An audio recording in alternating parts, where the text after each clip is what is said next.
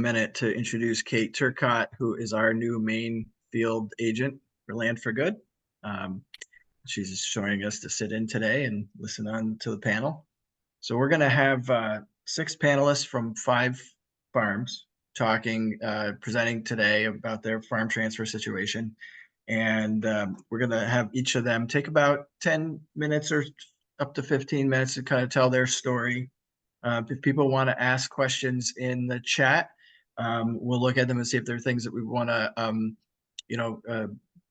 try to get answered during their part of the presentation, or just hold off until everybody on the panel gets to talk. And that should leave us with a good 45 minutes for just general discussion. And hopefully, other people will have either questions or want to share their stories, or, just discuss particular aspects of transfers. So with that, I want to start with Eugenie. Ready, Eugenie? Yes. Yeah. Thank you, Mike. My name is Eugenie Doyle, and I'm here representing the senior generation of the Last Resort Farm in Moncton. Actually, it's called Last Resort Farm in Moncton. As part of our transition, we dropped the "the" for reasons that maybe I'll explain.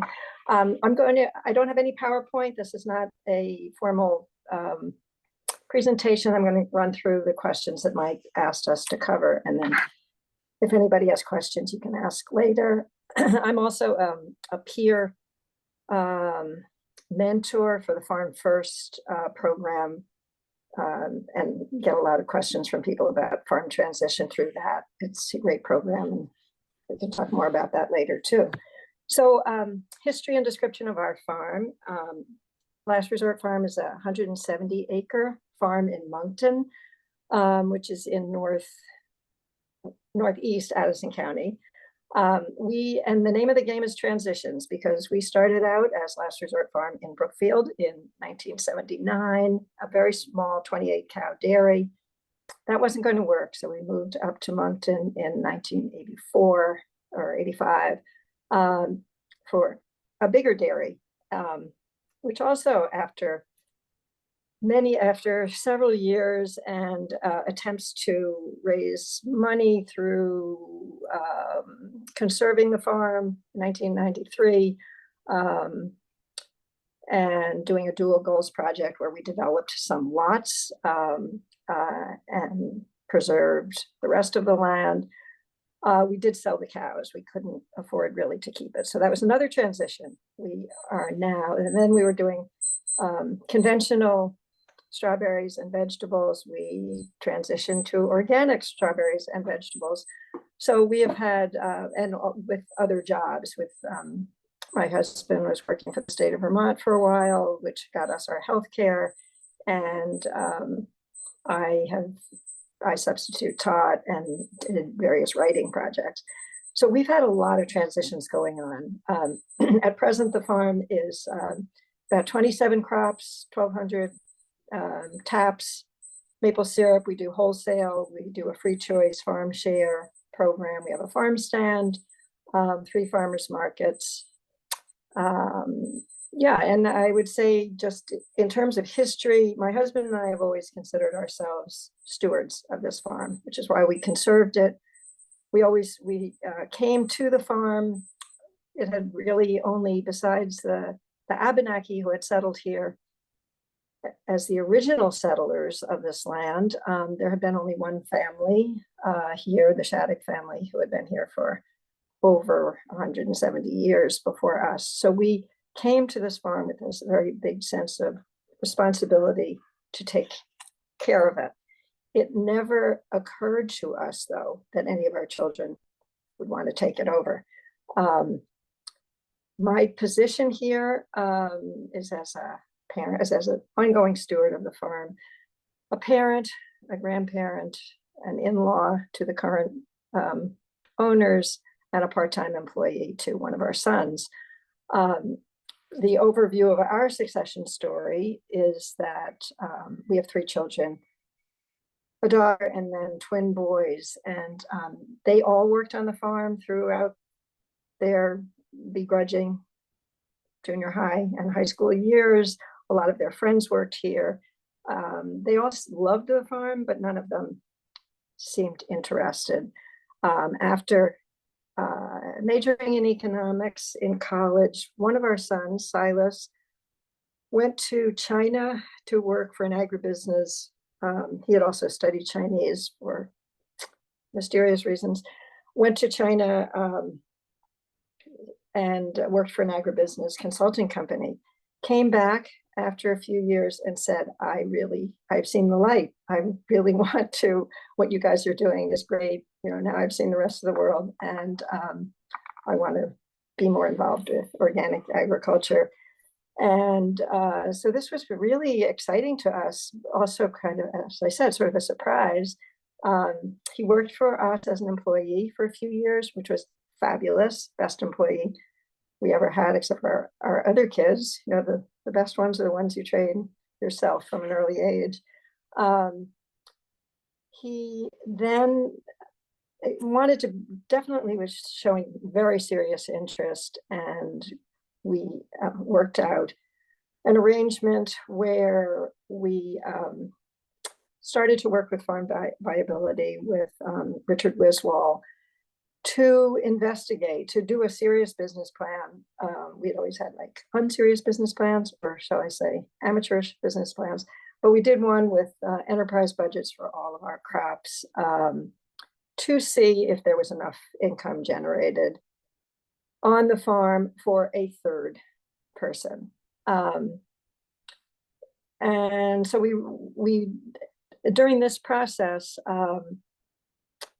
we determined that we were running it as what her son called the three-headed monster program of management, where we had three managers.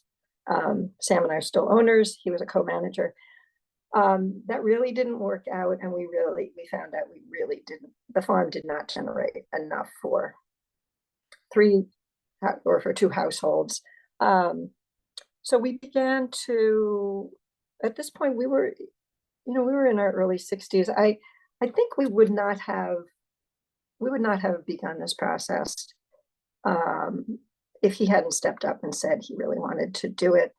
I'm not sure we were quite ready, but the opportunity presented itself. We began to, in addition to working with Richard Wiswall at Farm Viability, we did see a lawyer who helped us draw up a lease to purchase agreement. We are in the 7th year of that, so of a 15-year lease to own project. During the formalization of our plan involved setting up 2 LLCs, one for Silas for the business, he was the owner of the business, and one for Sam and myself, who retained ownership of the real estate. And then there's a gradual transfer of units of ownership to Silas, and in 2032 he will own it all. He, in the meantime, pays us rent, and he is the manager, and Sam and I work for him, but basically we do whatever we want, I will say. So main challenges of this arrangement. How could there be challenges with this kind of a setup? Main challenge originally, I would say for the three of us, the main challenge has always been communication. We did work with ag mediation to help with this. We've also, Sam and I, as a unit, and then Silas himself, have also worked with individual counselors. I really can't overestimate the challenges of the letting go of something that has been not just your job, but your vocation, your mission, your life. And part of our arrangement with him was that after 5 years of our initial agreement, he would get the farmhouse and we would move off the farm. Also a major challenge. So communication, a big challenge for the three of us. Letting go, huge challenge for Sam and myself, especially in this past year was the year of the move. So we just did move to a house that we built during the world's worst time for building, I would say. Um, something there. Can you still hear me, Mike?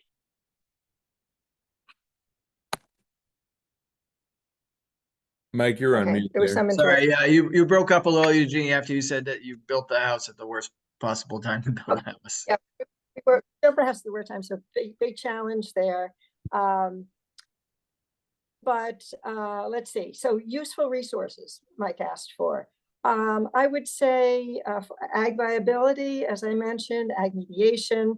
The initially several years ago, I mean, when we began our process in March of 2017, sometime around that time, Enid Wanacott at NOFA convened a group of farms that were considering transitioning or should be considering transitioning. So that was a huge resource at that point. The Vermont Land Trust has been a huge resource for us. Our initial conservation easement did not include an OPAV, an option to purchase at agricultural value, which we were then able to sort of renegotiate our land trust agreement, which has generated capital for improvements and for infrastructure development, which really had to happen on the farm. So that was a huge resource for us. Our lawyer was a huge resource. And also one thing that Sam mentioned to me this morning, big resource for us was our mission statement, which we have come up with for our website, for our employee handbook, for our business plan, our business plan. And I think that that was something that we all three agreed on. And every time, at every bump in the road, we would come back to our mission statement, which was something we agreed on. Let's see, because one of the challenges is seeing somebody do some things that are different and taking it personally. So I would say that taking it as an affront to us. And I would say that when that would happen, we would go to our mission statement and see the things that we could all agree on. Let's see, cautions or affirmative advice. I would say that that realization that different is not bad, that different leadership styles are okay, and that the challenge there is to understand them and not to take them personally. The other advice I would say is to just realize that like change is, we really know this as farmers, but change is constant and is inevitable. And so somehow when we get to this point where we're making a big change and sort of consciously, it's not the weather, it's not something we can't control, we kind of control this, that we can hem and haw a lot about it or feel the pain of the change a lot. And I think just seeing it as just inevitable has been helpful to us. I think a caution that Sam has brought up is, I'm sure, something that many of you share, which is that with the farm economy being troubled, it really has been since we started farming in 1979, and climate being really difficult to deal with, as the past summer showed, that watching your child go into this difficult career does bring concern and caution, and we do feel that. One thing I should say is that our two other children along this path opted not to want to take on the farm. They just wanted access to the farm, and so we've worked that out in various ways. They both have actually fairly good careers.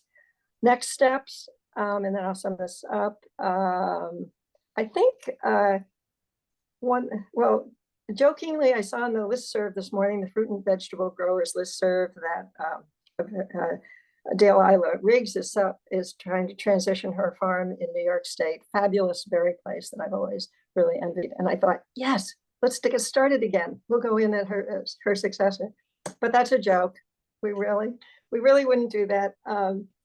I think our next steps are to realize one thing that Silas put in our farm employee handbook. He loves these little like quotes, and he put in health is wealth. And I think that's like a really important thing for us, is both as next steps is really like taking care of ourselves, and also urging him to do things like get health insurance and work on his will and future retirement plan. And also he did just get married this past summer, and the challenge is to incorporate his wife happily into this both smooth and bumpy transition. And that's all I have to say. And hopefully people will ask questions later. Thank you, Eugenie. I've had Eugenie present a number of times now, and I like to start with her because she definitely hits all the notes on everything that we've been talking about over the 4 weeks, and I always appreciate how open that she's willing to be about the family communications part and other aspects that sometimes people don't want to bring public. So I very much appreciate Eugenie's presentation. And again, yeah, feel free to put questions in the chat if you think of them, if you don't want to hold them until later, and we'll, like I said, we'll evaluate whether we want to add them in now or wait till the end. But next I want to ask Pauline Stevens to talk. Great, thanks Mike, and thanks Eugenie. So I'm Pauline Stevens from Golden Russet Farm over in Shoreham, Vermont. So we are in the opposite corner of Addison County from Eugenie. We're about 3 miles from Lake Champlain, in definitely one of the warmer parts of the state. So my parents founded Golden Russet Farm in 1984. So this upcoming season is actually our 41st season. And it started as they were first generation farmers. My mom is from Vermont, my dad is from upstate New York. They met at UVM and got interested in farming then. It started out as a smaller, much smaller market garden. They sold some wholesale veggies to groups like Deep Root, and sold up to the Burlington Farmers Market, and then at some point switched over to selling to the Middlebury Market as well. So definitely started off pretty small. Had 3 kids, so I'm the middle of 3. I have a younger sister and older brother. Throughout kind of their first 15-ish years, 10, 15 years, they kind of switched more to direct wholesale to stores. So selling to mostly Middlebury Co-op, some up to City Market and Healthy Living in Burlington, with a real focus on certified organic veggies. Since then, kind of as the farm kept emerging and changing, we've taken on more cut flowers. So we grow a lot of wholesale cut flowers also to the same stores.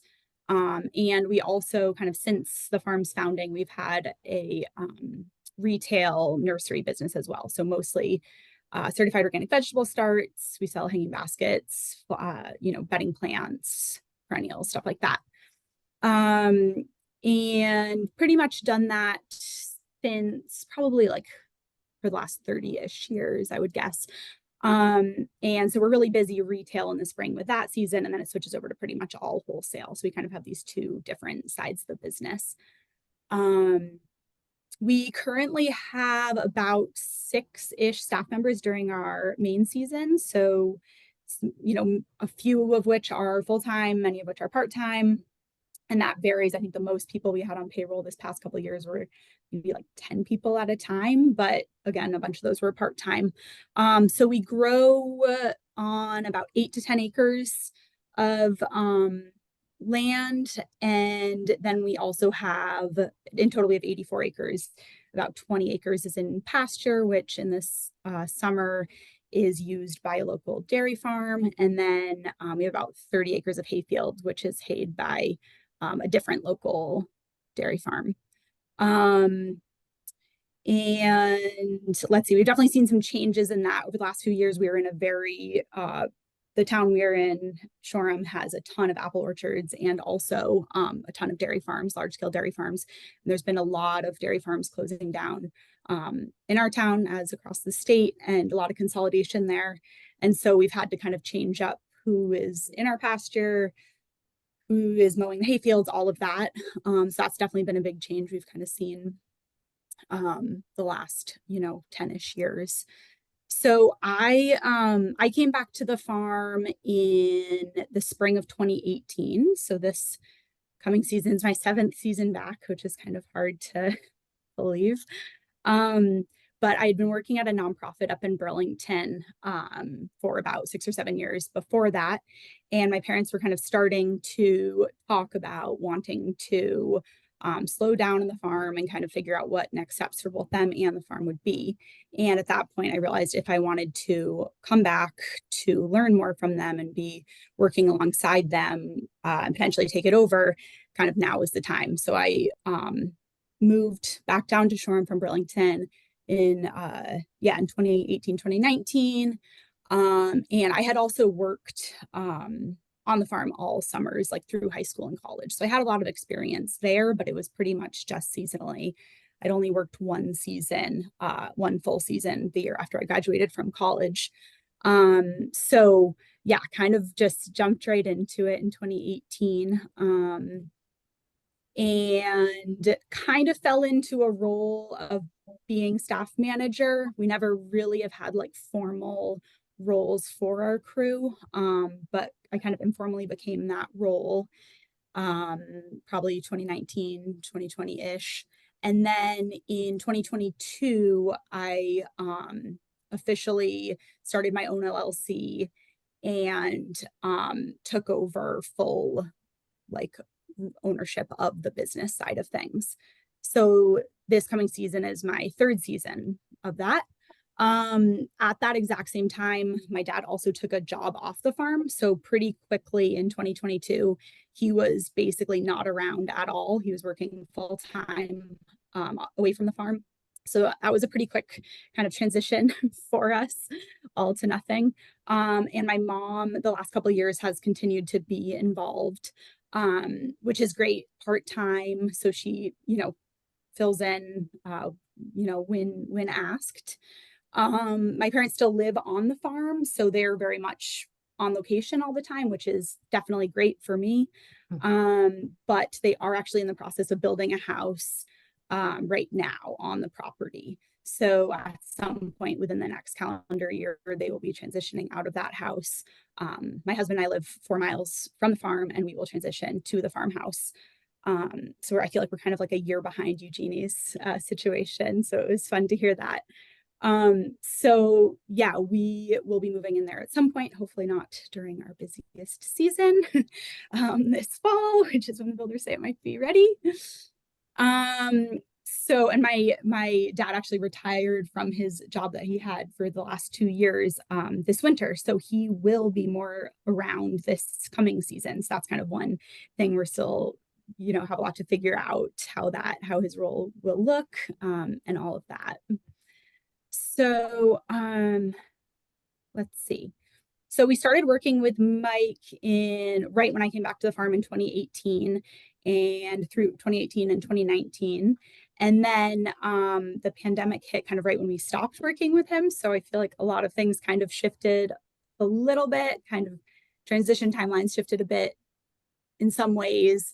But I feel like we're still kind of moving in the right direction that we had originally kind of discussed, which is great. Let's see, just looking at some notes I have here. So I think just thinking about one of the things is about challenges here. So, okay, so one major challenge that, has definitely taken some work figuring out is historically, my parents were both involved in the farm, working full time throughout their whole time, starting it all the way until a couple of years ago. And, again, like I said earlier, it definitely has grown from much smaller market garden to now we're selling, pretty much every month out of the year, wholesale produce or retail. And the idea of it basically going from like 2 people working full time as part of the family to basically just myself, that definitely has its challenges. I have very, very able staff, which is great. We're really lucky with returning staff members, but there's definitely a lot of things that, it's up to the owner to manage and do. And so just figuring out like how I can do that myself as one person instead of my parents who had always kind of like split that type of stuff up. So the first thing I did, which I'm so thankful for right when I started my own LLC, was to hire a bookkeeper. So that's been huge. Obviously it's an added expense, but she really like handles all the payroll, all sales taxes, all of that. So that's been really, really great to have her helping with that, because that was stuff that my dad had always done himself. And it's, yeah, that was huge. So definitely recommend that. And let's see. I think also one thing just related to like the farm succession that is a challenge is, obviously all of you who are farmers know there's so much going on all the time, even in our off seasons like right now. But it really does take time to work on succession planning and everything. And I think it's really important to set that time aside, which we admittedly are not the best at setting that time aside. But when we do, it is really good and really needed. So I think making the time for that is really important, and working with someone like Mike really helps kind of keep you on track with that. So I would definitely recommend kind of schedule, whether it's just like scheduling meetings, because I see my parents every single day, but it's not every day that we like sit down to have conversations about specific things. So I think doing that is really important. And oh yeah, and I guess another, in addition to like hiring the bookkeeper for both kind of getting things related to the business set up, but also constantly every month, helping with all the bookkeeping stuff, really important to hire a lawyer to make sure you're kind of starting up your business correctly is really important. So I definitely recommend that. Another tool that's really useful, I think this isn't directly related to succession planning, but could be, is for us, since we're veggie growers, we're part of the Vermont Vegetable and Berry Growers Association, and they just have so many amazing tools and resources. Even just being part of the listserv is amazing. Obviously the annual meeting, which happened last week, was great. And like Eugenie was talking a little bit about, like last week there was a panel and webinar all about like employee handbooks, and just they offer so many resources. So it was great to hear, learn from other growers kind of about what they're doing, and just ways to kind of, whether it's just improving your own business or kind of start one, in whatever position you're in currently. So there's a lot of great resources out there. I think my advice to people as they are kind of going through the process, try not to get overwhelmed. There's definitely so many steps and so many things that need to be done. And whether it's done in a couple years or whether it's done in, more than 10 years, however long it takes, just try to be strategic in how you're going through it, and don't let it get too overwhelming, because it definitely can. And every farm, even though, we're all on this panel talking about our own unique situations, every farm is different. Every situation is different. So take everything that you hear, from different people kind of with a grain of salt, because your situation is probably going to have its own unique challenges or benefits. And in addition to that, every season is really different. So every season, every week, every year, things are always changing, kind of like Eugenie was just saying. So, my first year taking on the ownership of the farm in 2022 was by far like the best year the farm has ever had, financially, yield wise, all of that. And then, as we all know, last year, 2023 was an incredibly challenging year. So, just kind of, it's okay. It's tough. It was tough to realize that, looking at, especially this time of year, looking at end of year numbers and all of that.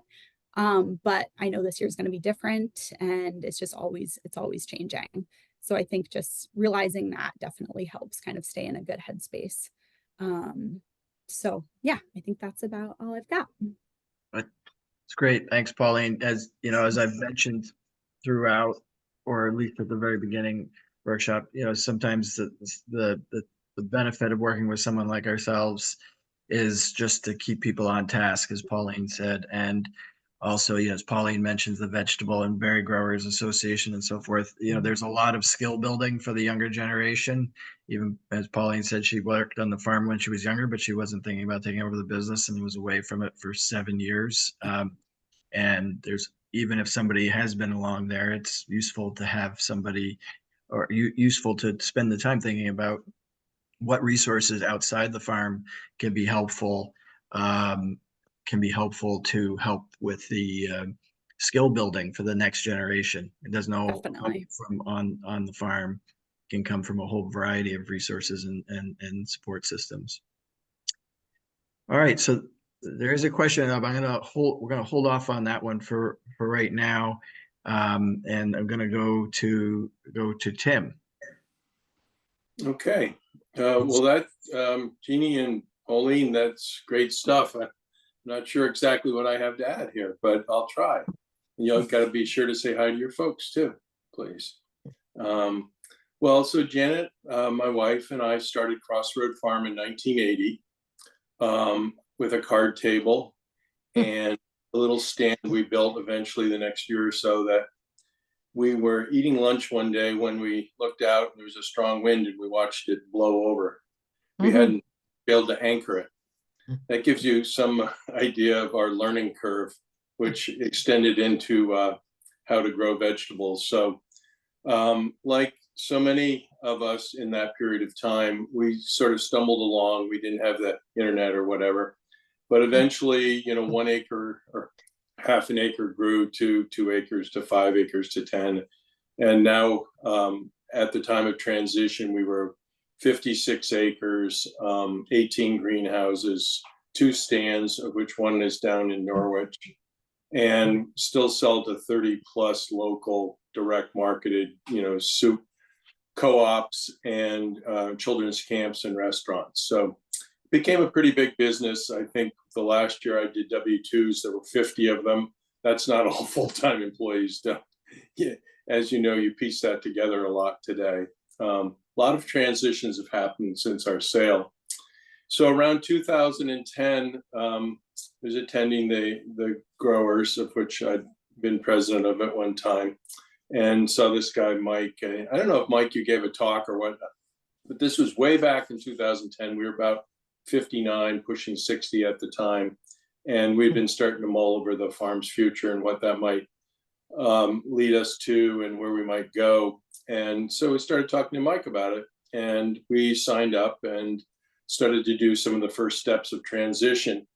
And I guess I want to divide my talk somewhat into, they overlap, but 2 sorts of paths that you kind of go down. And one, to me, probably the most difficult, was the emotional challenge in trying to deal with transitioning out of something that you and your wife had created and your family had participated in. We have 2 children that have worked on the farm, lots of cousins, nephews, you name it, have been through here, and then hundreds and hundreds of high school kids. So, and your entire identity is wrapped up. I can't go anywhere in the Upper Valley here. We're over in Thetford, Vermont. I failed to tell you that.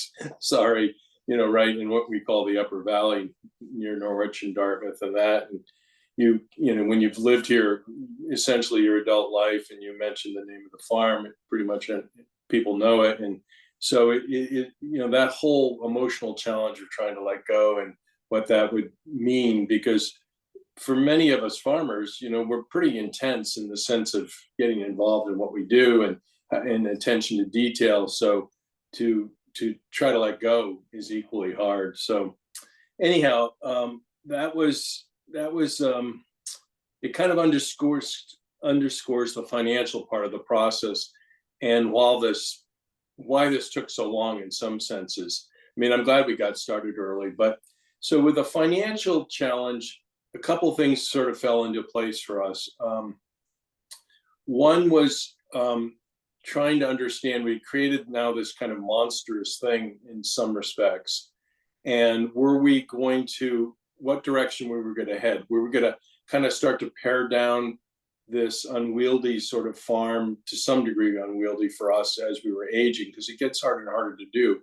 what you once did, and nor do you maybe perhaps want to. And so we were trying to figure out what way we're going to go. And the years are kind of ticking by. Mike's been helping us intermittently. And then around 2013, we came to the conclusion that it was time to conserve the farm for the next generation. And we sold the Vermont Land Trust the option to purchase at agricultural value, which I'm sure you mostly all know about. But what was exciting about that, what was different from working with the Upper Valley Land Trust, which would have been natural for us, was the fact that they, in purchasing this option to, purchase at ag value, that in granting that to them, we knew the farm would be preserved and go on as a farm, and that we would be restricted when we sold.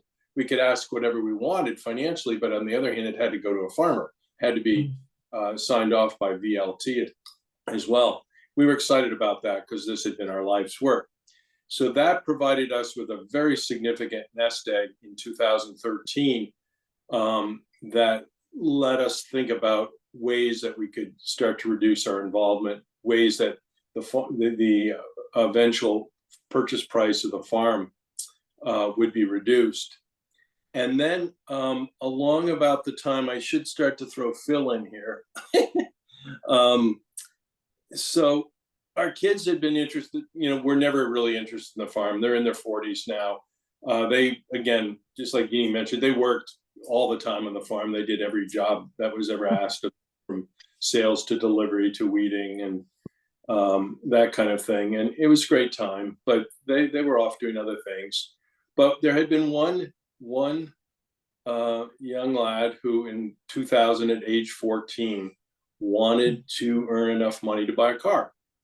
And that's actually, you look for that. You don't really care if they're interested in agriculture. You look for that they want money for a goal.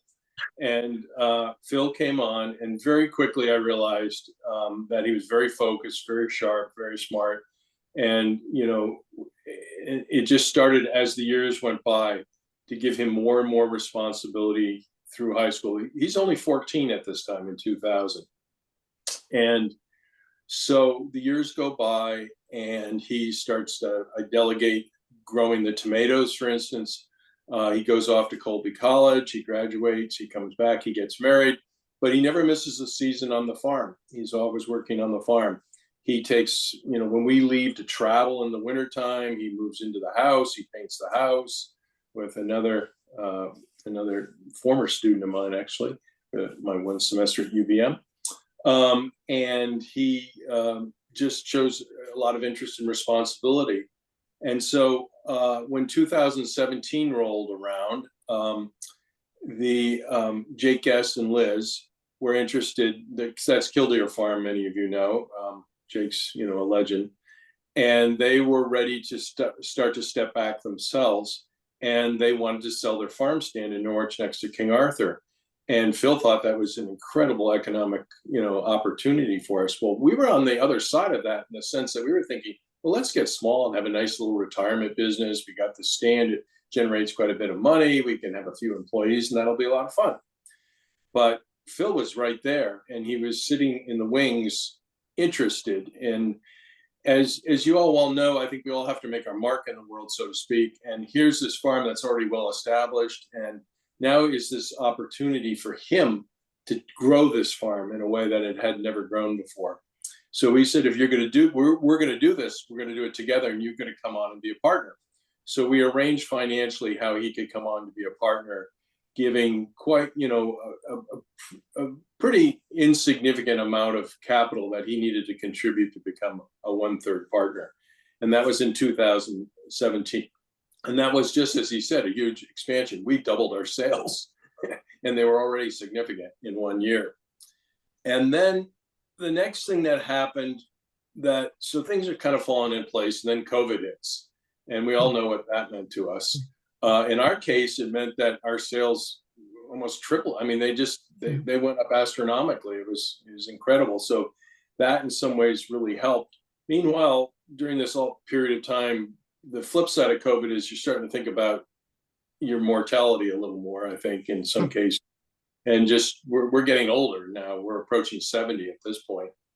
And so we started thinking about how we were going to do this.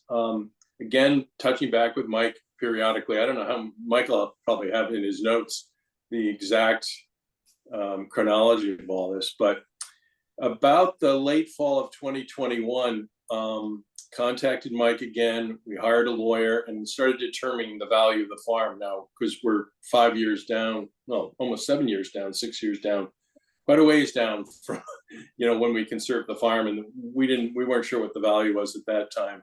We started to work on it. We hired a real estate agent, a lawyer to help us determine that. We worked with Mike on got pricing from him. And then, so that was a big thing.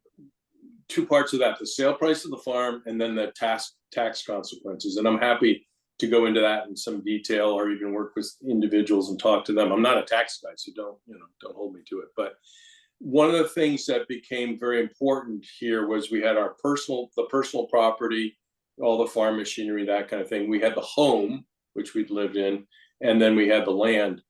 And unlike Mike's recommendation that you often sell off parts of this and do it incrementally, I really wanted to do it all at once and have it as one big package deal. Now, during this same interim, that nest egg that we talked about earlier in 2013 had grown considerably. And just before COVID, on a separate lot adjoining the farm, we built a new house.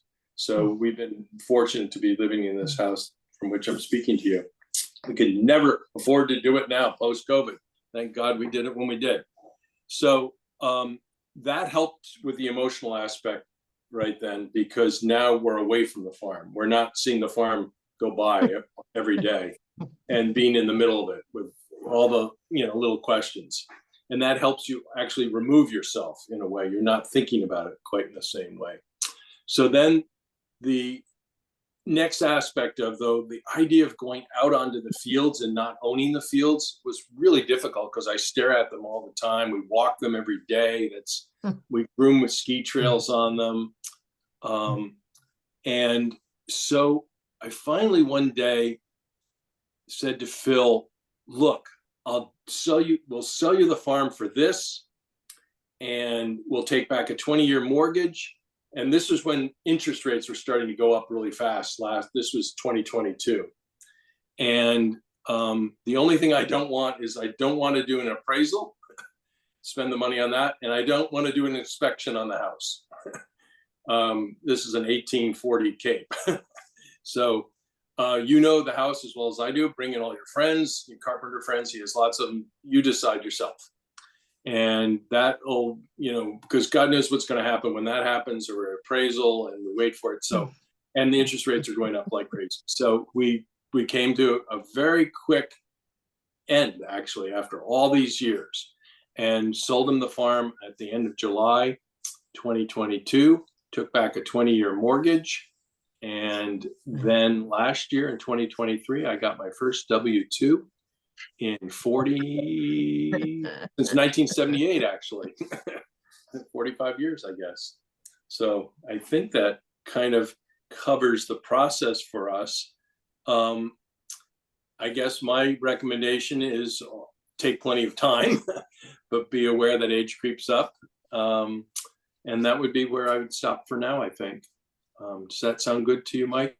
Sure does. Yeah. I worked with them since 2010. So it was one of the longest farms that I've worked with on the transition, almost 13 years in total from beginning to end. And, that's why I warn people, it can take some time. And, there was never any serious roadblocks here. There was just the need to do things systematically and over a period of time where everybody felt comfortable with where things were going.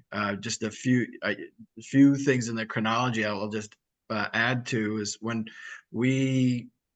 I was working with Tim and Janet back in 2011 and 12, one of the things that we did was interview 3 employees about potentially whether they would want to come on and transition and be a partner.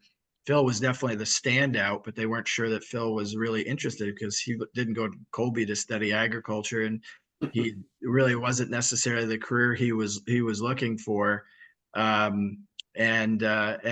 only Phil was the only one that showed any interest. But it took a few years of him building up skills and working more in management and changing positions before he felt more, and also getting married before he felt confident that it was the right thing for him, before they became partners. And I just because we've already had one question on LLC, I'll just mention that you set up an LLC for that purpose, where Phil became a third owner.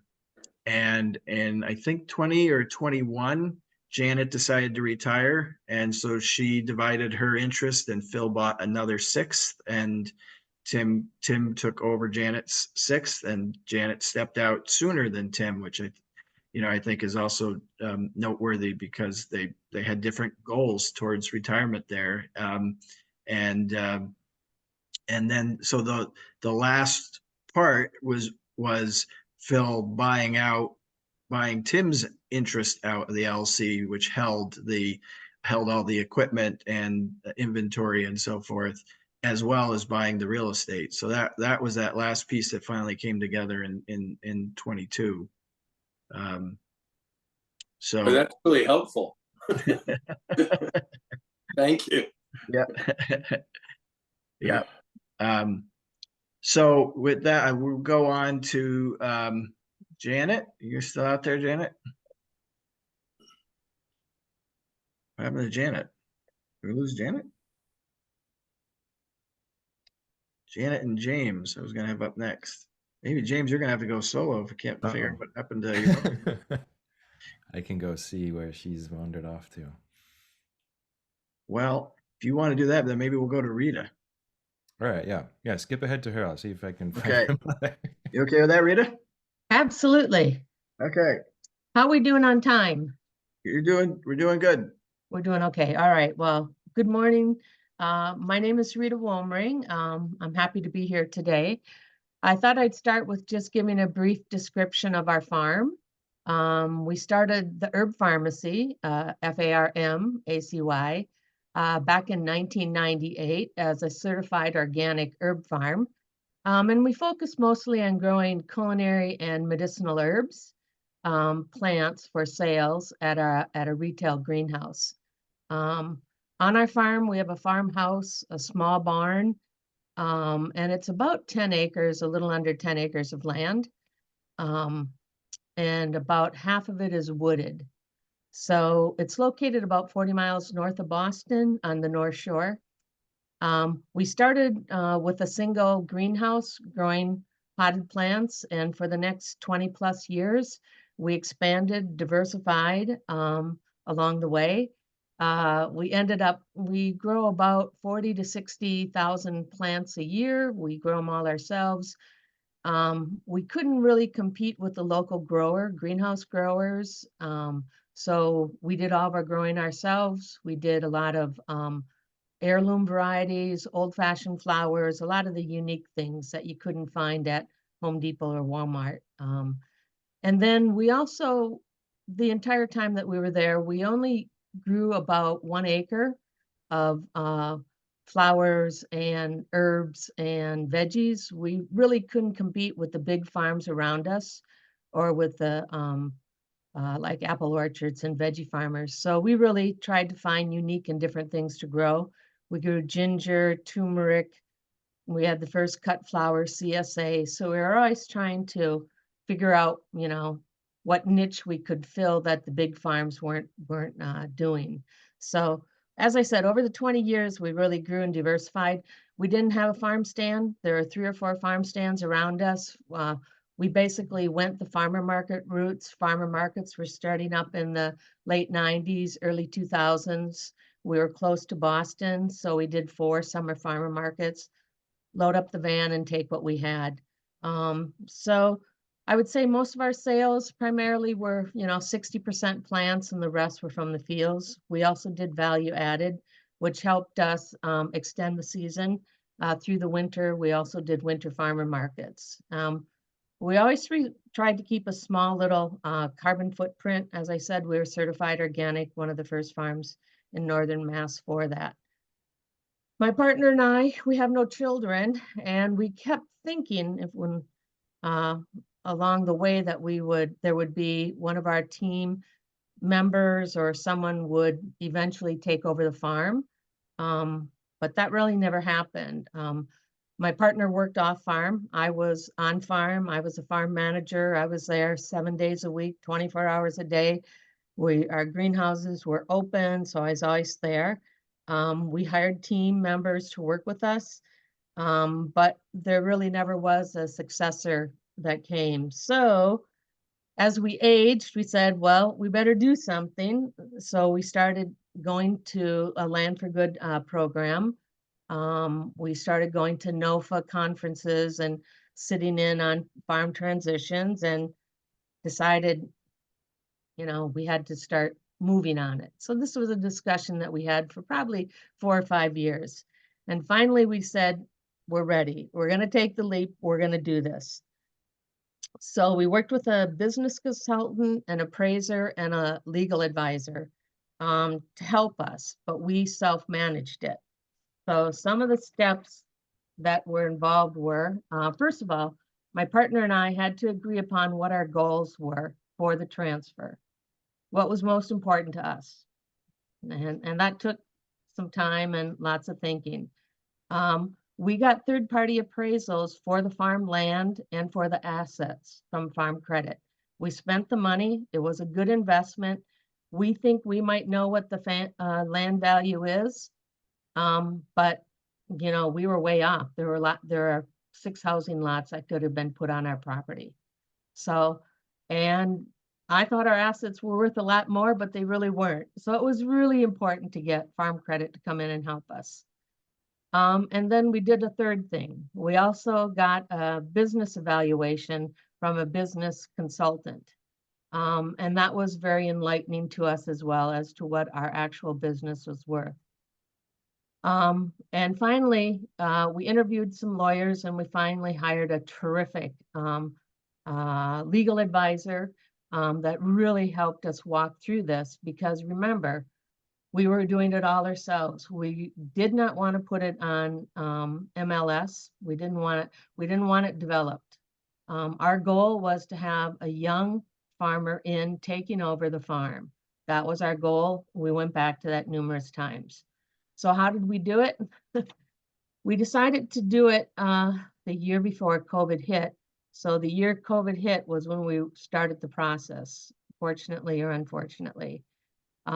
So we put our listing up only on New England Farmland Finder. It's the only place we put it. When we said telephone interviews only, we probably got 40 or 50 phone calls. We called everyone back. We had a list of 4 or 5 questions. We asked everybody the same questions. And after that, we were able to narrow it down significantly and come up with really who were young, who really knew what farming was. So after that process, then we did telephone interviews with our top tier. And after, again, we had the same questions for all of them. After that process, we then went to on-farm. Remember, this is during COVID, so it was a little right when COVID hit in March. We were doing this in the summer. We went to in-person on-farm. We gave everyone a tour of the farm. We went through everything. And in addition, we also gave them the last 3 years of our books. We just thought it was really important that these people know what our sales, we wanted them to have a full picture. We asked them to sign an NDA, a non-disclosure agreement, and they all did. So they had a very realistic picture of the farm. And then we went through, another part is we did interviews with people that they recommended, friends or farmers or whatever, and we contacted them. And then we asked some of our farmer friends, would they please talk to the top 3 candidates and give us their impressions? So we were just really trying to winnow it down.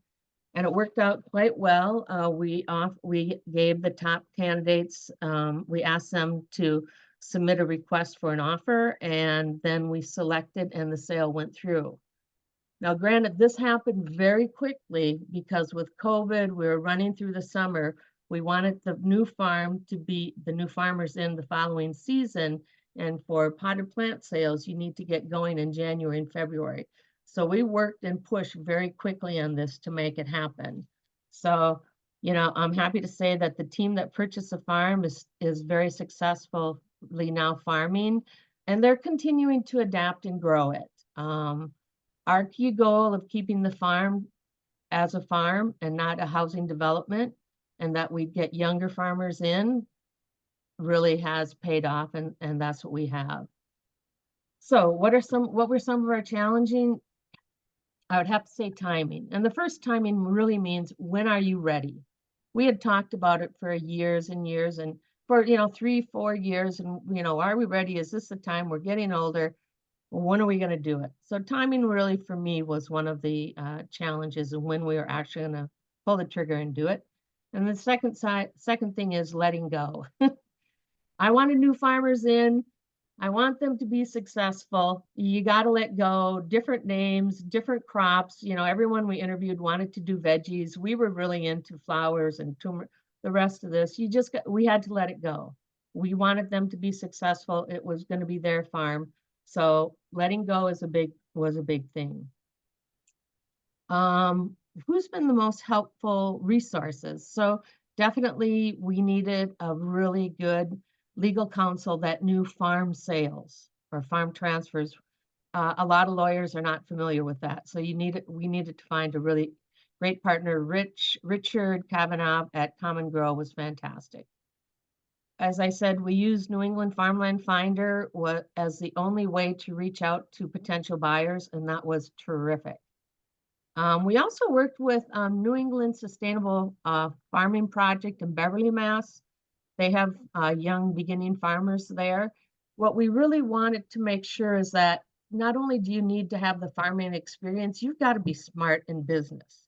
And so we really we had people coming in who had dreamed of farming, didn't have any real practical business skills to go with it.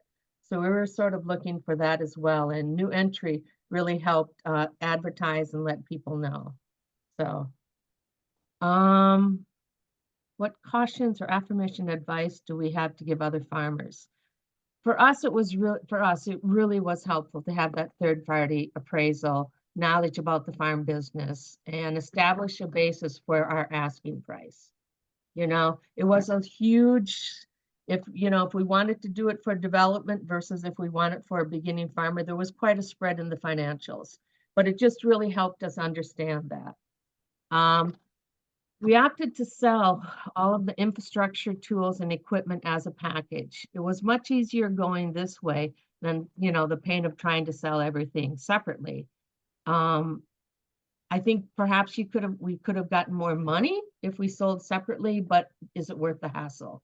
So we put it as a package going as part of the sale.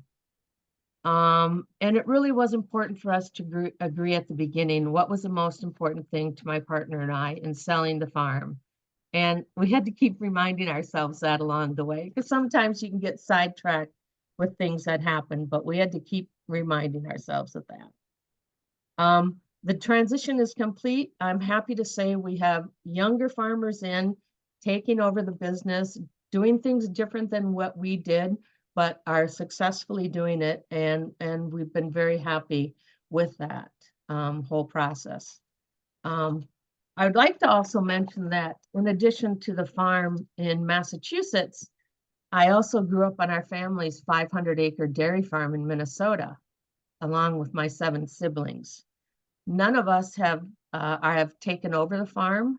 And so my parents put it in a family trust for us 8 kids. After my parents passed, us 8 kids formed an LLP. And over the past 10, 15 years, 3 of my siblings have exited. 1 is currently in process of exiting, but that has been a whole different learning experience from what I just described to you. Just working with my partner, 2 of us making decisions versus 7 siblings and coming up with, do we buy them out, buy shares? How do we go through the LLP? I'm happy to say that with the LLP, we have in there directly what steps you go through when a partner wants to go out. So that has really helped. So good communication, use professionals to help you along the way. In my opinion, it pays for itself in spades. And I'm going to be happy to answer any questions if anyone has any. Thank you. Thank you, Rita. I'll just clarify to people that an LLP is a limited liability partnership. Partnership. Instead of a limited liability company.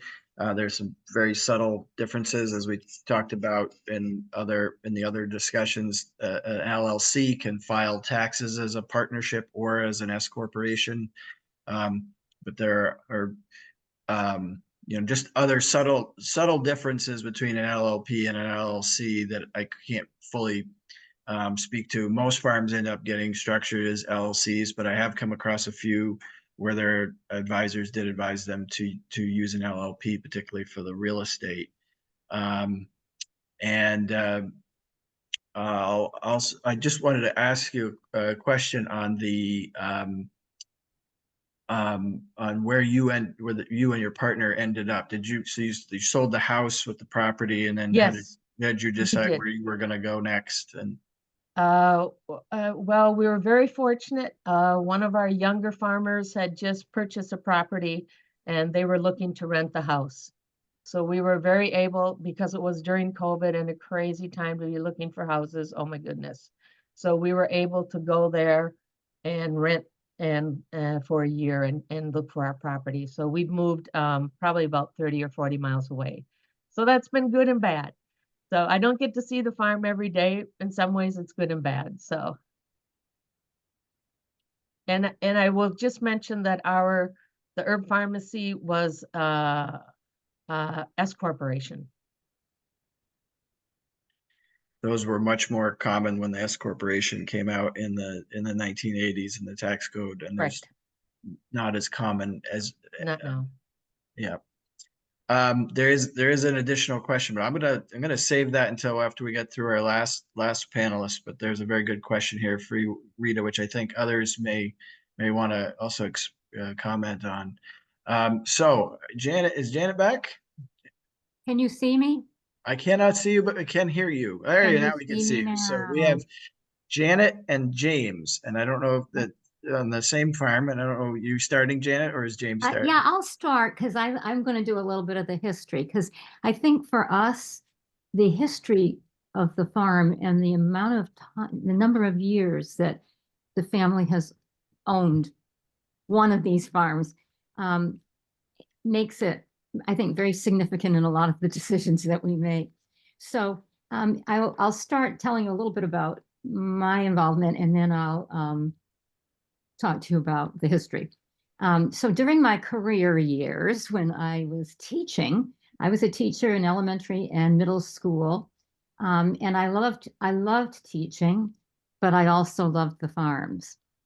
There were two farms. One was in Massachusetts, or is in Massachusetts, and one is in Connecticut. And they've been in our family for 7 and 6 generations, respectively. Both farms have a long history with us, or as long as they can. During my teaching years, I was able to help launch the Agriculture in the Classroom, a state-funded project for classroom teachers. And so that during that time, I got to be both farmer and teacher, which was a really neat time. It was not long after I retired that my husband, Tim, some of you probably know him, and I learned about Land for Good succession. A succession workshop was being offered in December, January, and February of 2017 and 2018. And so let me just skip ahead here. I am using my notes, as you can probably tell. Yeah, maybe you could step back and just say, what's so you're in Massachusetts, and what's the name of your farm, and what do you guys produce? Okay. What do you guys produce? Yeah, we have 2 farms. One is called Meadowbrook Farm. That one is not a commercial farm. I was actually going to go into that a little bit. Let me just see what I've got here. anyway, that one is not commercial, but it is, we are doing a forestry and wildlife management. And it's that goes in that direction, whereas and we have a pretty big grant that we're working with right now on forestry. And then the other one is a fruit and vegetable farm, and Cordelia's Farm is the name of it. It was formerly Indian Head Farm, that if you knew anybody who knew that name, we've changed that we were not comfortable anymore with that name. So we are now Cordelia's Farm, and Cordelia was James's great grandfather. So not grandfather, grandmother. So it was not long after I retired. Oh, I said that we learned about the succession. And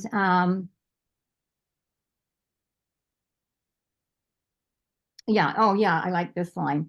We found ourselves facing the reality of aging. And I think that's what all of us have met. Well, no, not all of us have. We've got a couple of young ones, but have mentioned that. We were not going to be able to take care of the farm, both farms, ourselves forever. Our family size was also getting smaller each generation. I don't think that's unusual for 7 generations to find that the families tended to be bigger then, and now they're getting smaller. And so we had to think about the fact that we would not have that labor force that our ancestors had had. So in March of 2019, my husband and I were invited to join in strategic planning in Boston with Land for Good. And by the end of September 2019, we had joined the Land for Good board, and we are still members of the board.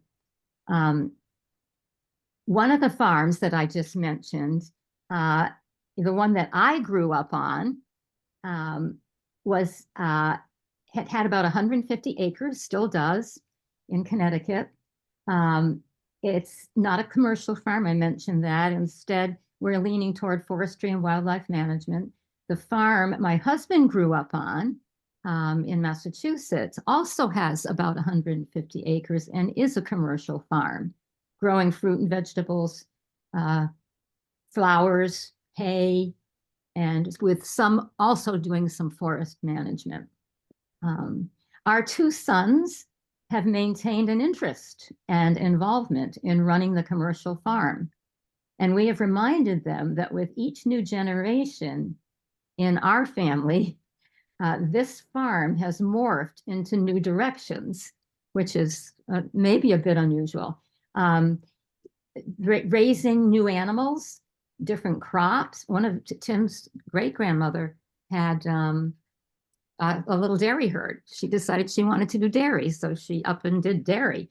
And also we did, the new things to sell, new sources of income, some work off the farm, and new skills and professions that they brought to the farm. And yet, amongst all of that, the farm has managed to survive as an actual farm. I do want to leave James plenty of time. And so I do want to tell one more story, though. When I was just 1 year old, this is the trouble with using notes, is you have to pause for a minute. 1 year old. When I was just 1 year old, my parents were confronted by a decision that would change my life. My great Aunt Edie and Uncle Owen, who lived on the Connecticut farm, that I spoke of earlier, ended up literally brokenhearted because they realized that back in the 1950s, they were going to have to sell the family farm. Both of my parents were brought up in the city. I might mention my parents.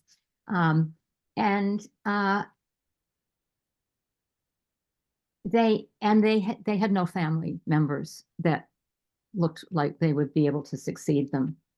And so unexpectedly, my mom and dad took the plunge, left the city life, and became farmers.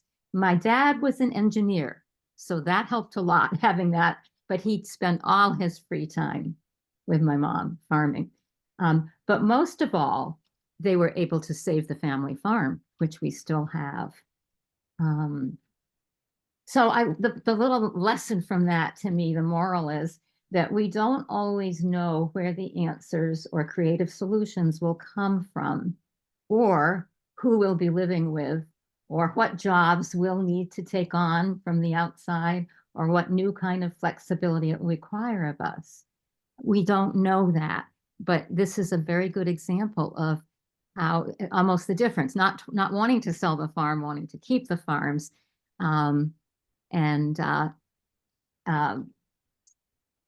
Who knows with the help of Land for Good, we might even be on the brink of forging new kinds of family farms. As our family gets smaller, does it always have to be family who get integrated into farms? And I know that's something that we're talking about a lot in Land for Good.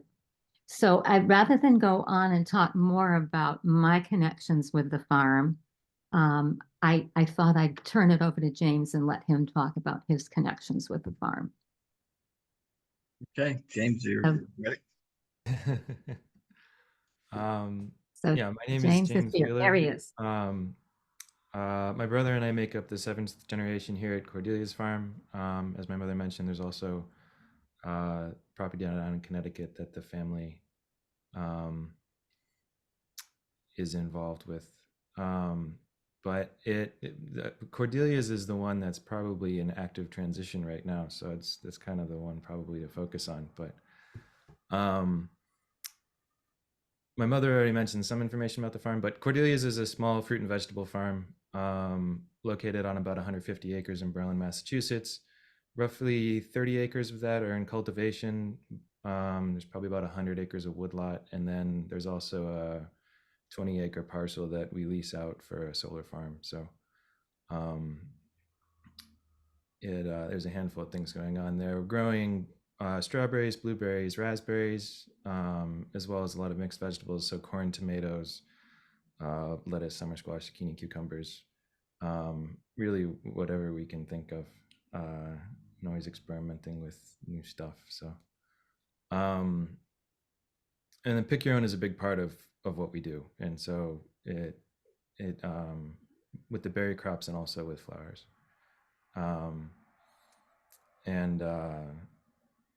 There's a farm store located on the property as well that was started back in the 80s when we began transitioning away from, it was hay production primarily at that point, over to small fruit, mixed veg.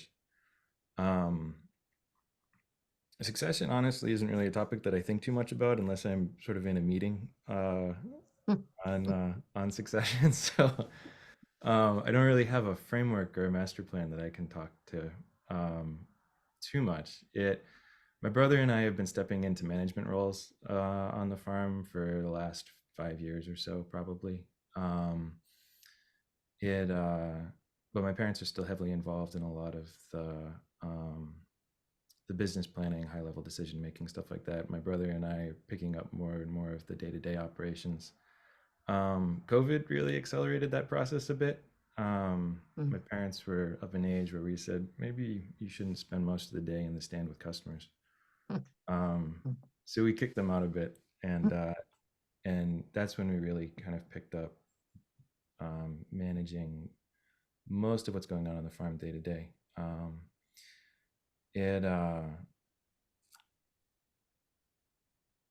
And as I mentioned, tied to the farm is also, it's a 20-acre solar farm.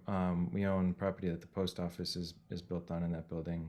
There was a tractor dealership in one of the buildings that the farm owns as well that recently the folks running that retired. So the business there is closed, but we've moved most of our equipment into that building now.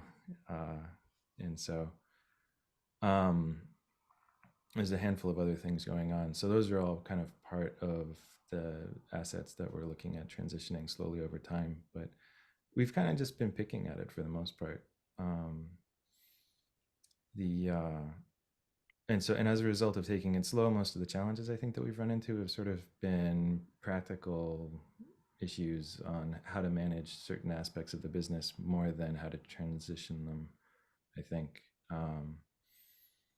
And the focus has been mostly on those. And I mean, compared to the challenges of farming, especially the last few years with COVID and the climate,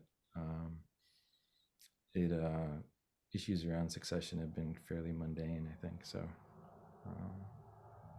but I'm happy to answer any questions that anybody might have about this. I was just going to say, one of the things that's classic for our family is we're laid back. And so the idea that, and some more than others, right, James? Mm-hmm. And I don't mean that they're not working, and we're just laid back people. And so, I think that's why our transition may look a little different from some other people's, but at the same time, the movement is happening. Yeah. I'm doing very little actual farm work. I still do some of the behind the scenes work, but I'm very proud of my husband and me that we're really eager and willing to see it turned over to other people right before our eyes. And I think that's a good sign. There were a couple of things that I thought of. One is that we leverage things wisely, I think. So we have rental properties. We have things that, bring in extra money. And part of that is being in business for 7 generations. Mm-hmm. We kind of know all the little tricks, and everybody knows us, and I don't mean tricks in a bad way. I mean, we just know how to leverage things. And so we have rental post office. We rent the post office, and James, help me. What are all the other things that we've leveraged? We've done. So I wanted to just ask. I wanted to ask James, what's it like, and working together with your brother, and what are you thinking about as far as managing the business together? How much discussion has there been about that when your parents are no longer in the mix at all? Conveniently, the parts of the business that don't interest me as much are the ones that he gets excited about. So he does a lot of the bookkeeping, a lot of he deals with payroll, things like that. Primarily is his day-to-day, and I'm more present on the farm. He's actually presently living in Boston at the time being, so he commutes out a couple of days a week, but can do a lot of the stuff that he does remotely. So that's worked out fairly well. And then a lot of the day-to-day just management of staff present on the farm, things like that, is what I tend to be involved in. So, which I think is stuff that doesn't necessarily excite him quite so much. So it's just been a natural split. None of us have really tried to outcompete the other for ownership of any particular part of it, which has made life easy. Not always so easy for some families. Yeah, we've been lucky in that regard, and that's something that I think that we recognize. And part of it, I think, is also just it's the history of the family here goes back 7 generations, and so there's a considerable amount of momentum that you can just kind of roll with in terms of what makes sense next. We've been thinking about it for probably, focusing on it for the last 3 to 5 years, but thinking about it probably for the last 20. So there's pieces that we kind of have to figure out, but they're more practical considerations of how do we effectively transition this asset from one party to another without incurring massive costs and stuff like that. Less than who's going to take over what part of this. We've kind of been mulling that over for a while now. So well, a couple things I said throughout is that there's always something to be done out in the barn, always something to be done out in the field. And so that can be the biggest barrier to things moving forward. And so having someone help you keep it moving along can be useful. And the other part of it is too, that the first part is really about getting that younger generation really ready to take over that management position before focusing too much on the asset transfer to begin with. And I think both, well, actually, I think in most of these cases, even I think probably in Rita's, since the people she brought in were people who had already had experience, there's some element of that. I think we should move on to questions now, and maybe Eugenie and Pauline, you can turn your cameras back on, and we can get some discussion going here. And before we get into the LLC question, there was a really good question here asked in the chat, Rita, about what questions did you ask the potential buyers? Oh, interesting. Yes. So for the first set of telephone interviews, we didn't want to get lost in the weeds of explaining who we are, all about our farm, what it was, and the rest. We needed information from them. So we set this up where we said, this is an interview where we want to learn more about you. Why are you interested? Oh, my goodness gracious. We had a wide variety of answers to that. What is your experience? And here we're trying to glean farming experience, business experience, and we just wanted to sort of find out who they were and what they had done. And we also had to sensitively find out about financial feasibility, because obviously if you're going to buy a farm, you need to have access to some finances. And so we had to also, that was another part of it. I don't have the specific questions. I can't remember exactly what, but I think those were the three categories, and not getting lost in who we are, about talking about our farm, but learning more from them. And then we did have follow-up after that. I mean, it was a pretty long process, but people that were interested hung with us. Indirectly to even when there's a potential successor in line, there's still similar, questions that need to be asked as far as why are people doing this? What are they bringing to the table as far as skills? Beyond what we already know about them from farmers. I think, for instance, Pauline, your experience in the nonprofit world actually came in helpful for in a lot of the web and more tech and marketing side of things. Do you agree? Yeah, definitely. And I had a little bit of management experience too, nothing like super formal, but did have some management experience too. Obviously not on farm, but just personnel management, which was helpful as well. Mm-hmm. I'm wondering, Eugenie, too, did you, when your son came back, was there, any question about, was he why was he coming back? Was he real interest in it? Or was there just like a feeling that, it was pretty clear why he's here and what he's trying to do? No, I don't know. I mean, because he had worked on the farm. I don't think we trust. I think that's the main thing, actually, is trust. We really did trust him and his motivations. And also, very soon after he came back, he wrote a grant to, I can't remember exactly who it was. It might have been Working Lands. I'm not sure. To do a project very different from anything we had done on aquaculture, which he got, and there was a couple of crops of trout and hydroponic basil and some other stuff.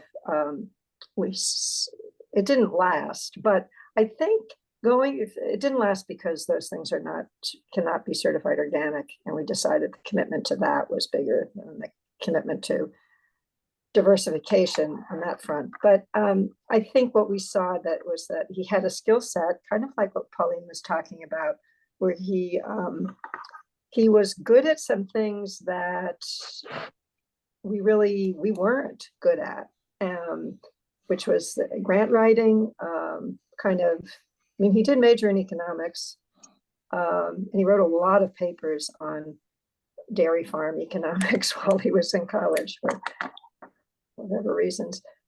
So I think that he we started with a basis of trust, and then he kind of earned that by performing. James, did you and your brother come right back to the farm, or even leave the farm, or what was the?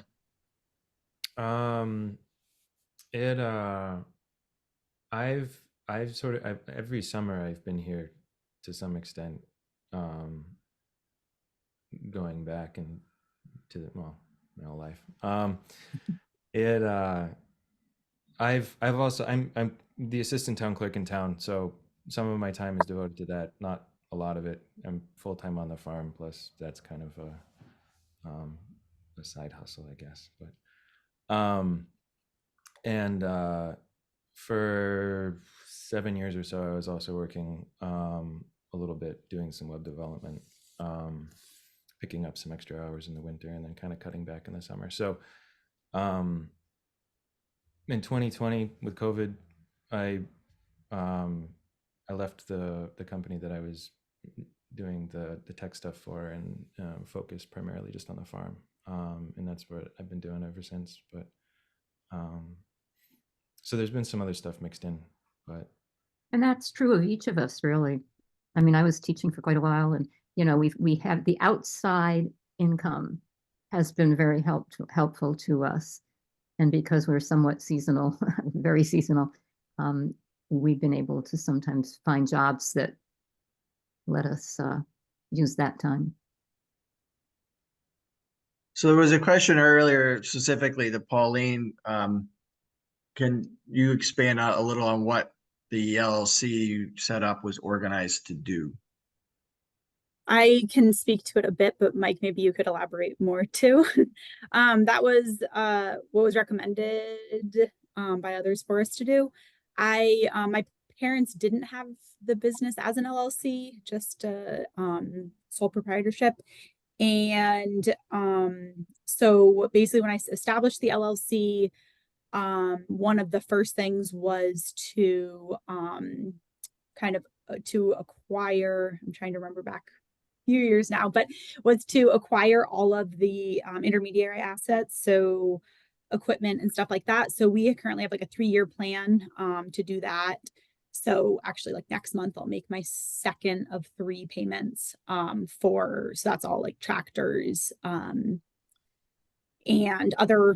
basically all equipment on the farm. And I'm also paying, like I'm leasing the farm from my parents, so I'm paying rent to them. They still own the land and everything, so we don't exactly have a timeline for when that will transition right now. But I worked with a lawyer to set up the LLC, and maybe Mike, you could speak to the benefits of doing that. Yeah, I think it's different than if you look at, say, where Tim and Janet and Phil were transitioning the business over time, which is where it often gets used as a great mechanism for that. But nowadays, most people aren't setting up sole proprietorships because it's just as easy to set up an LLC. That is, if you're just an individual like Pauline, it would be a single entity LLC. You're basically filing your taxes more or less the same way because LLCs are a pass through. In theory, you get the extra liability shield of having an LLC, and that's the main benefit if you're just going to be there as an individual, as opposed to if you're doing a longer term transition like they did at Crossroad Farm, where you can use the operating agreement to provide that extra structure for management and keeping track of who owns what percentage of the business and through the capital accounts, and then using the buy-sell mechanism for when people want to be bought out. As Rita was mentioning with the LLPs, very similar. They have an operating agreement for the LLP for their there was originally 7 people who owned the farm together in Minnesota. And as Rita was stating it there, that structure became very important to figure out as some people want to leave the LLP. And then Eugenie, what was you structured as you say your son set up his own LLC for his business and he was just a sole owner, where he bought the equipment. Oh, Is that right? Yeah, the equipment and the business, basically. And then we had always run it as a partnership, but we set up a separate LLC in order for the real estate and in order to transfer units of that over time. Could you just expand a little bit on that transfer process on the?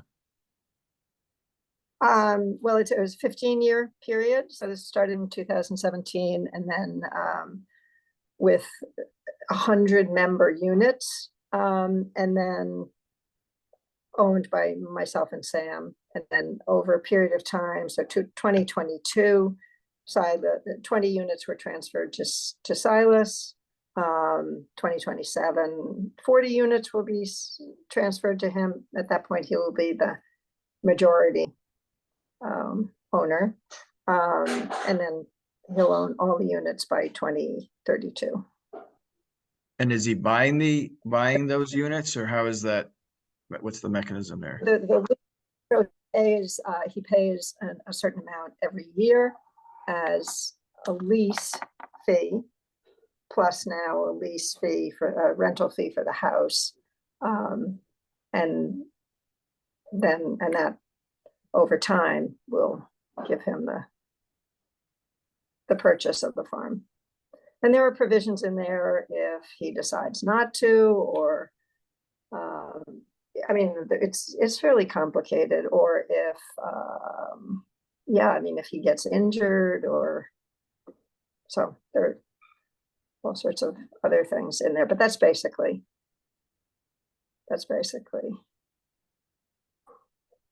the framework. And James, have you set up any entities yet? The farm as a business is contained within an S corp, which is I have to check it's primarily the equipment, the business itself. The land is held separately, and then there's separate LLCs for the tractor dealership, the post office, the solar farm. There may be one other mixed in there, but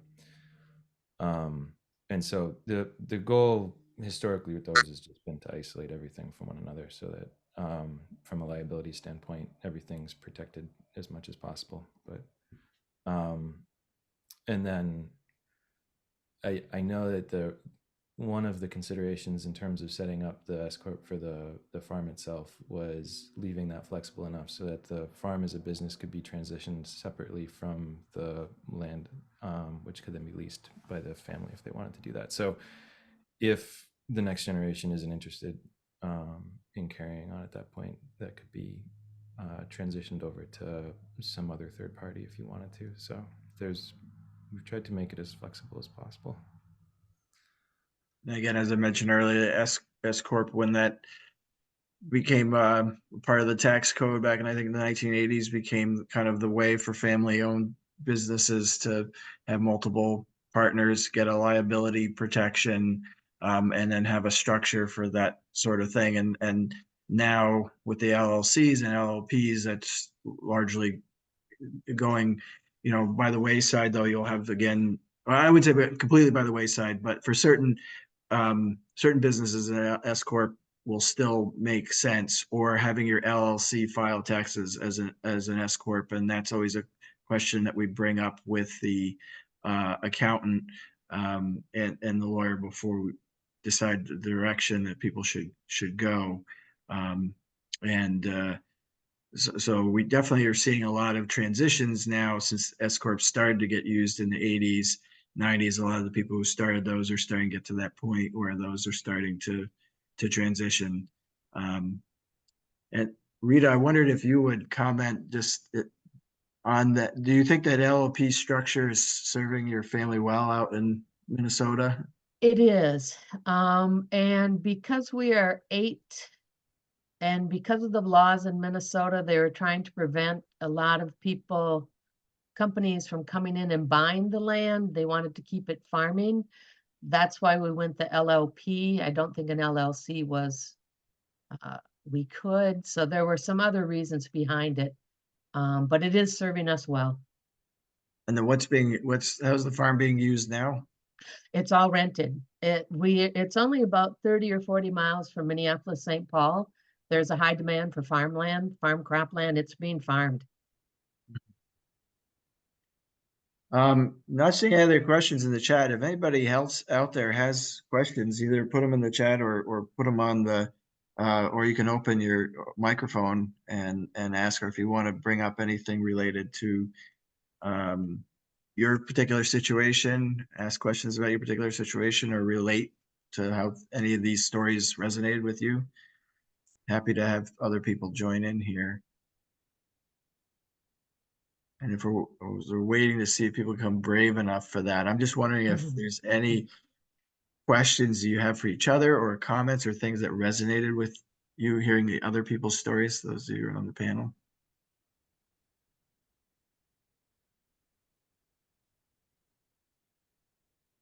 I'll say when we used to do this, it's like a day-long workshop, and I was just focused at what I was doing it just in Vermont, and I'd have a panel at the end of the day. And in person, it's a lot easier to get that dialogue going, and that chat. And we've definitely had some benefits by doing it online, further reach, being able to reach throughout New England. And I think today it seems, I think a lot of people are taking advantage of the sun and probably watch this later, looking at the attendance. But I definitely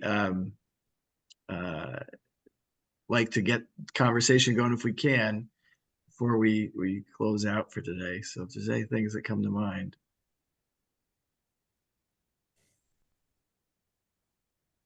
Tim, how much are you working on the farm right now? Good question.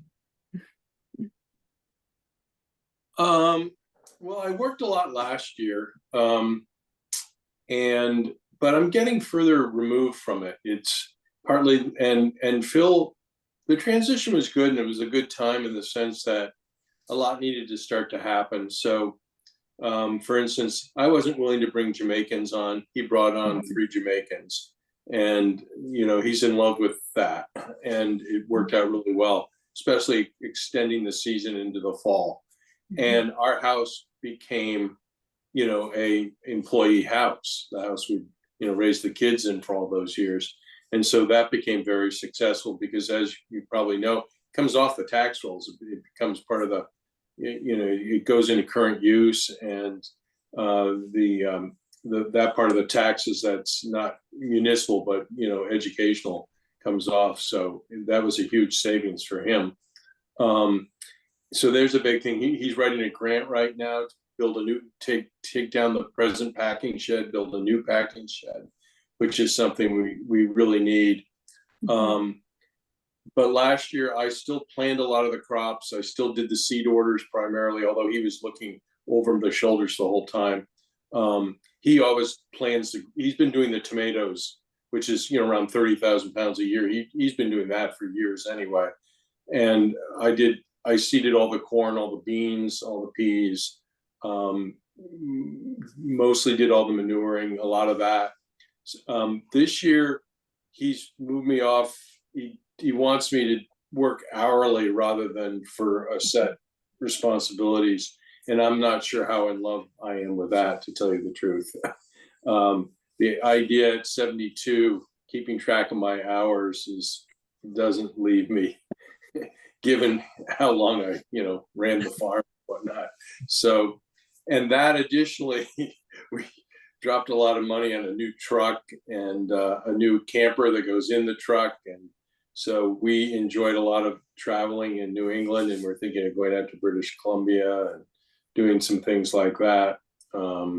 Along with, for our 50th anniversary, we got e-bikes, and which took a little bit of a jump, but they're wonderful. And, you know, they're just assist. And so we have all these rail trails, and we can go around Lake Fairleigh now, which we could no longer do. And well, we still hike quite a bit. So I feel like I'm moving further and further away to answer that question, I think. And I think it's good because, you know, last year was the hardest year of farming in the 42 years of farming that I've ever seen. That night of May 17th, 18th, I think it was, when those temperatures dropped down into the low 20s. I mean, we always think arithmetically, but that was a logarithmic, you know, impact, exponential impact. And it was amazing what he was able to do that I wouldn't have done it. He put 2 layers on the strawberries, 2 layers of row cover. He started the irrigation at 8 o'clock at night. I never in all my years had started much before 11 or 12. And now with the monitors and everything that you can have available to you, we have them under the covers. He kept those strawberries at 40 degrees when it dropped down to about 21, 22 that night. It was amazing. It was great. And that's, you know, he's only 37, by the way, guys. I mentioned he started farming when he was 14, but, you know, he's been doing it a long time. So, you know, it's just that kind of incentive of finally he's totally his own boss. And, you know, and I kind of, so it's really important for the farm, I think, you know, for that. And so I guess it's a long-winded way of saying I'm slowly moving further back. And the other thing too, I got to admit that what's difficult to me is the focus is so singular on what you do that when, and it's partly age, when you step back and don't think about it for a while, some of it starts to slip a little, and you either make mistakes yourself or you're not informed quite enough and you're not on top of it. And I don't like that either. I either like to be all in kind of or not in a sense. So that's just my personality, I think. Yeah. So I don't know if that was helpful or not. Yeah, no, definitely. Thank you. But I'll just clarify a couple of things. So the Jamaican workers are coming through the H-2A program, and in the state of Vermont, if you've got if housing is for farm workers, then through the current use program, then as Tim was saying, part of the taxes are exempt. So when it went from his primary residence to farm worker housing, it changed. And the way that was able to work was because Phil, along the time of the transition, he and his wife had decided to buy a house actually in the next town, and so he didn't need to move into that house when it became available. They were established, and he likes to ride his bike to work, what, 15 miles or something like that, is it? yeah, it's a long way. He's quite an athlete. You know, I think the race up Mount Washington, he didn't enter this year, but he's the last previous years, the race up Mount Washington, he's come in 3rd and 5th, I think. And he wins the one up Mansfield every year. So he's quite an athlete. And yeah, so yeah, Mike, you're great at filling in all this information that I slipped. I'm always there with taking notes. I've got a whole file on you guys. Yeah, and it's good that, you know, Phil, I'm not sure what Phil's really up to today, but he's going to be skiing at Jay with his wife. That's why I couldn't make it. Well, yeah, that was the plan. You're right. Yeah.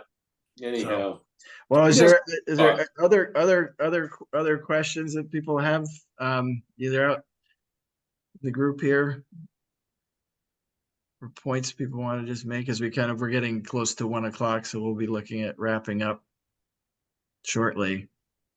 The only last thing I'd like to say was, and I think I know you know about this, that doing the installment sale, that tax consequence was always something that was very murky to me, even though I'd done a lot of bookkeeping and done our taxes.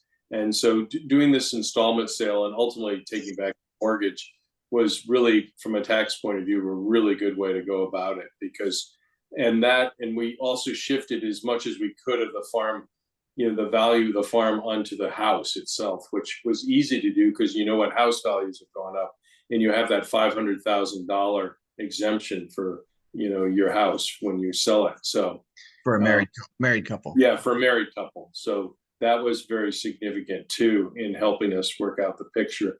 It was a bit of a tax hit when you had fully depreciated personal property, tractors, machinery, all that kind of stuff, and you had to take that last year. That was a little bit of a hit, but not too bad. And then the land is and the goodwill, we're able to include some goodwill in it. So that'll be over the 20-year period.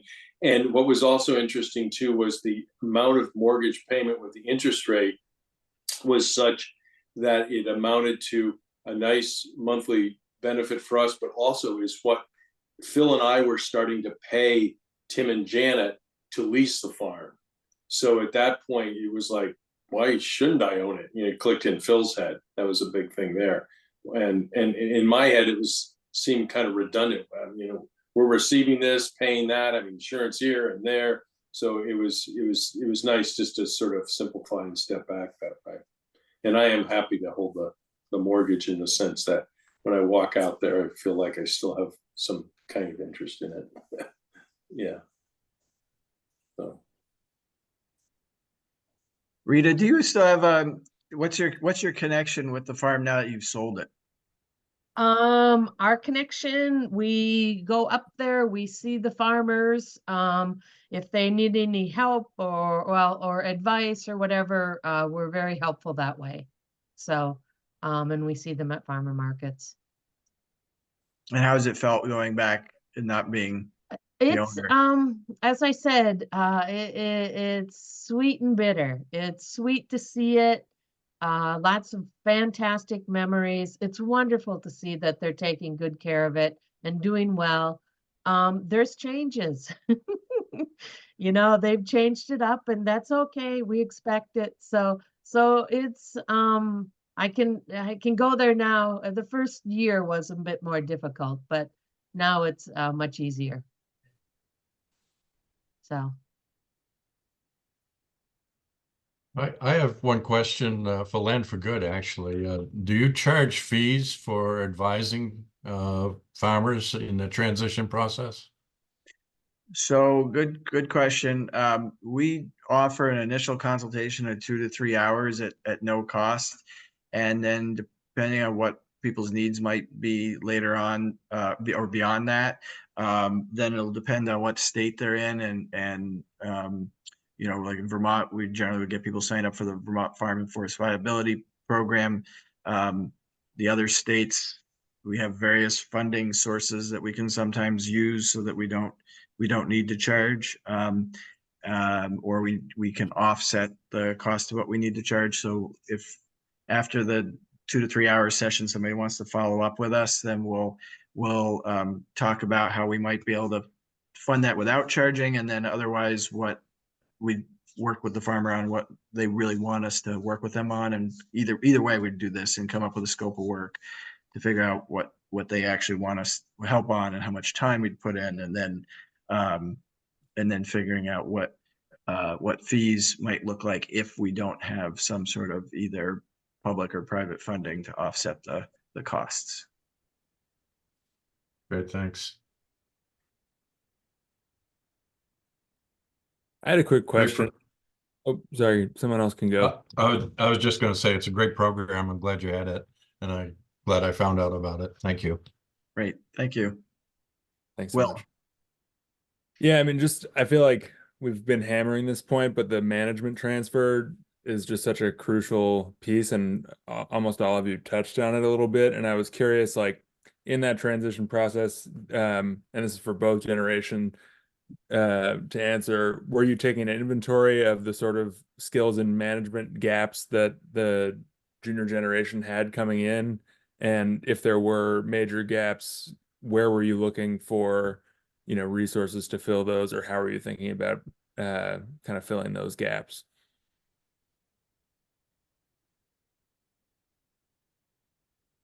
I can speak to that one first. Yeah, I think definitely Mike helped us identify where a lot of those gaps were. And I definitely took advantage of a lot of resources through like BGA, like I mentioned before, and other I feel like I was doing a lot of that in like 2018, 2019, right when I'd first come back, like really structured workshops. And like I remember going up to Hardwick for like a QuickBooks, you know, down and dirty workshop and different things like that. And I feel like this was a long time ago again, but I think through Cornell, I had signed up for some like soil science workshops because I hadn't gone to school for that. But yeah, Mike definitely helped us identify where those gaps could be, and then also point us in the direction of where, you know, I could get that education. I think also, like I'd mentioned, because my husband works off the farm and it was just kind of me solo coming back, going into ownership. It was also super crucial that we had a lot of long-term staff that did have a lot of those skills and institutional knowledge over the, you know, 6 or 7 years. A few staff had started 6 or 7 years before I had come back. And so there was that knowledge there kind of outside of myself or my parents. So that's been really helpful to also have that at the farm. Great. I can speak to a little bit too. I would say that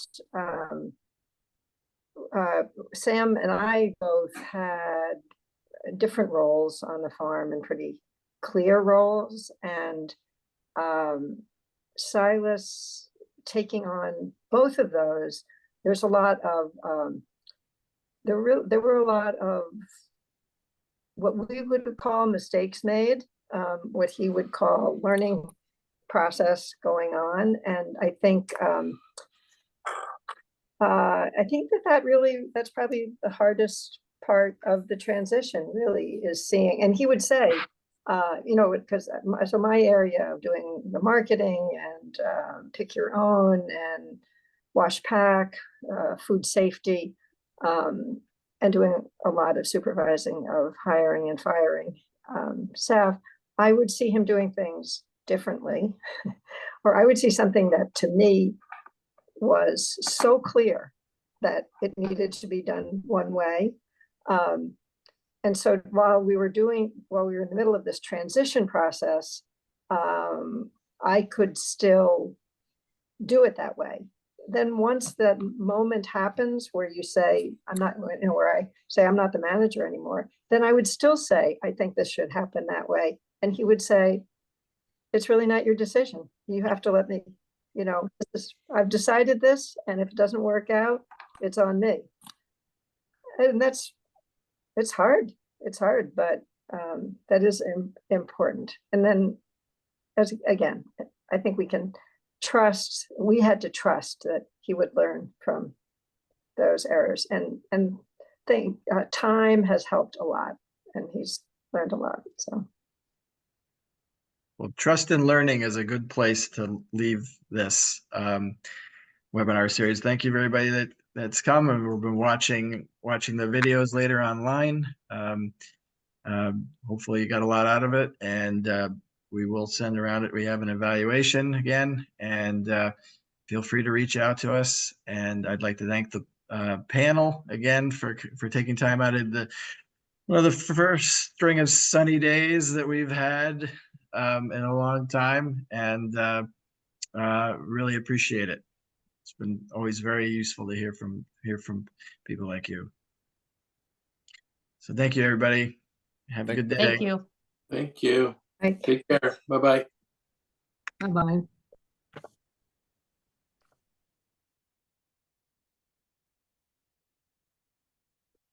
Useful to hear from people like you. So thank you, everybody. Have a good day. Thank you. Thank you. Take care. Bye-bye. Bye-bye.